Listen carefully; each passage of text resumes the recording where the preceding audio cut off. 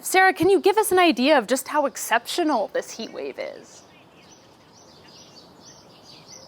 Well, what's really striking, Alison, is the way in which the temperature rises are just so significantly higher than a normal April. We're talking, according to the state weather forecasters, of between 10 to 15 degrees Celsius higher than normal or rates. Places like Cordoba in Andalusia would normally see 30 degrees maximum for this time of the year.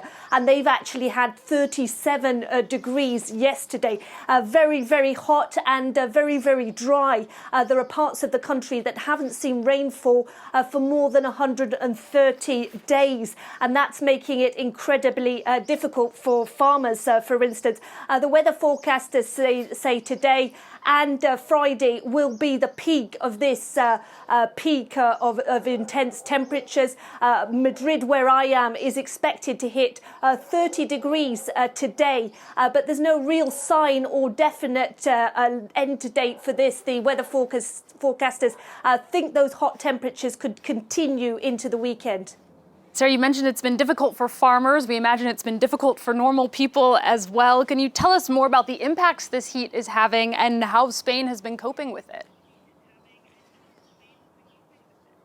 This really is a reminder about climate change and its effects on a place like Spain, where about 3/4 of the country are exposed to desertification, according to the UN and some of the environmentalists that study these matters. Olive oil is now at record rates, about costing 60% higher. Now, you may see, for instance, one of the most famous festivals in Spain is taking place at the moment, the Feria de Abril. You'll see people in flamenco dresses and the men in full suits. Lots of people putting on a bullish attitude, saying with a cool drink and a plate of jamon they can continue. But the doctors nevertheless warning people that we saw last year's summer heat wave that was a very early and intense heat wave.